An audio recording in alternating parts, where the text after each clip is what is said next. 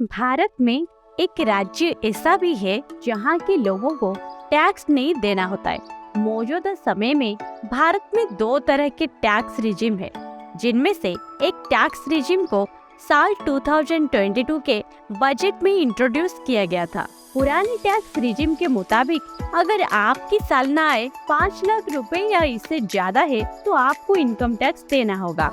वही नए tax regime में 7 लाख रुपए या इससे ज्यादा है तो आपको टैक्स चुकाना होगा।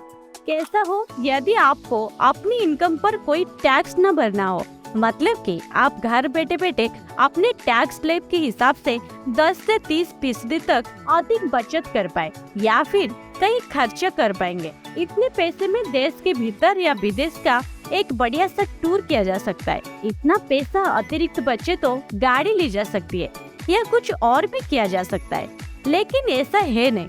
भारत में केवल एक ही राज्य ऐसा है जहाँ के नागरिकों को इनकम टैक्स नहीं देना होता और वो राज्य है सिक्किम। इसके अलावा भारत के सभी लोगों को अपनी आय के हिसाब से बनने वाले टैक्स स्लैब की दर से आयकर चुकाना होता है। सिक्किम के मूल निवासियों को इनकम टैक्स की राहत क्यों दी गई है, इसके पीछे पीछे बड़ी ही दिलचस्प कहानी है।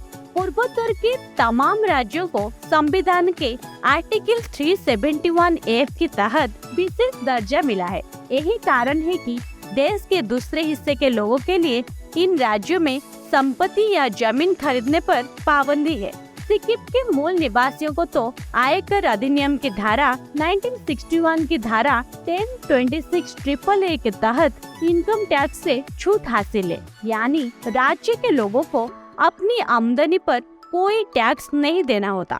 आयकर अधिनियम के तहत एक छूट सिक्किम के मूल निवासियों को मिली हुई है। सुप्रीम कोर्ट के एक फैसले के बाद सिक्किम के लगभग 95% लोग इस छूट के दायरे में आ गए हैं। पहले ये छूट सिक्किम सब्जेक्ट सर्टिफिकेट रखने वाले और उनके वंशजों को ही दी जाती थी। इनको सिक्किम नागरिकता संशोधन आदेश 1989 के तहत भारतीय नागरिक बनाया गया था, लेकिन सुप्रीम कोर्ट के 26 अप्रैल 1975 सिक्किम में भारत में विलय से एक दिन पहले तक सिक्किम में रहने वाले भारतीय मूल के लोगों को भी सिक्किम के मूल निवासी का दर्जा देने के बाद 95% आबादी टैक्स के दायरे से बाहर हो गए हैं।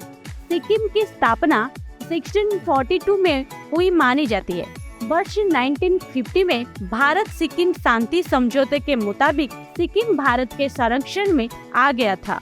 1975 में इसका भारत के साथ पूर्ण विलय हुआ था। सिक्किम शासक चोगेल थे। इन्होंने वर्ष 1948 में सिक्किम इनकम टैक्स मैनुअल जारी किया था। भारत में विलय की शर्तों में सिक्किम लोगों को इनकम टैक्स छूट की शर्त भी शामिल थी। इसी शर्त को ध्यान में रखते हुए भारतीय आयकर अधिनियम की धारा 1026(AAA) में सिक्किम के तहत मूल निवासियों को आयकर से छूट प्रदान की गई है। भारत के पहले प्रधानमंत्री पंडित जवाहरलाल नेहरू ने सिक्किम और भूटान को भारत की ओर से उन्हें हिमालय की तरफ अपने राज्य के रूप में स्थापित करने के लिए प्रस्ताव रखा। इस संबंध में 1948 में एक समझौते पर हस्ताक्षर भी हुए और आखिरकार साल 1950 में सिक्किम पूरी तरह से भारत में आ गया। उस समय इसके शासक चोगल हुआ करते थे।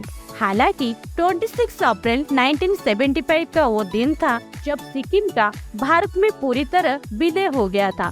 इसके अगले माह यानी 16 मई 1975 को सिक्किम भारत का 22वां राज्य बन गया था, जिसके बाद से सिक्किम भारत का हिस्सा है और अपनी खूबसूरत वादियों के लिए भी जाना जाता है।